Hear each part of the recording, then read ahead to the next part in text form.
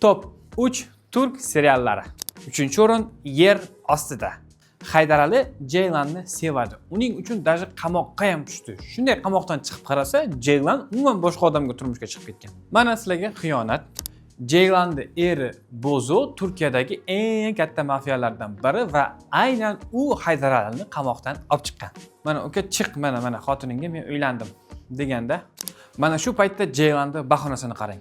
Men seni qutqarish uchun mana shu odamga turmushga chiqdim. 2-o'rin ichkarida.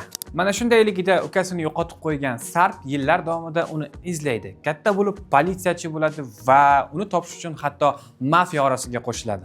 Ukasi bo'lsa shundoqqina yonida mafiyachi, lekin u politsiya orasida. Bu qanchaga tushib ketdi? Va nihoyat 1-o'rin Chuqur. Bu serialni hammamiz ko'rganmiz, lekin yana bir marta ko'rgimiz kelaveradi. Shuning uchun hoziroq Salom TVda tomosha qiling.